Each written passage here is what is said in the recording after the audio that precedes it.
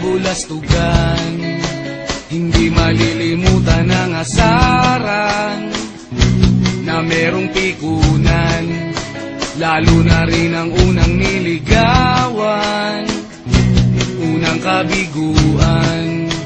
At dyan nasiseryoso ang usapan, ang pagdadamayan ng tunay at tapat na kaibigan.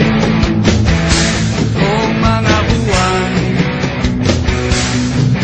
kaibigan, namang maaasahan. Oh, di na tayo pabata, edad may di nahahalata. Sa mga trip unti-unti na tayo nagsasawa.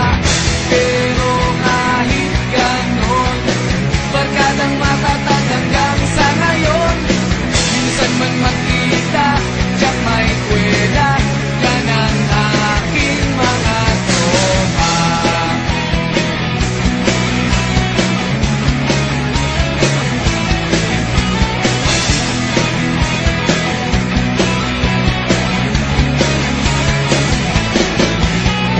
Inuman na pang magdamagan, minsan inaabot pa ng ayaan, na kung saan-saan, na para bang walang kinabukasan at kahantungan.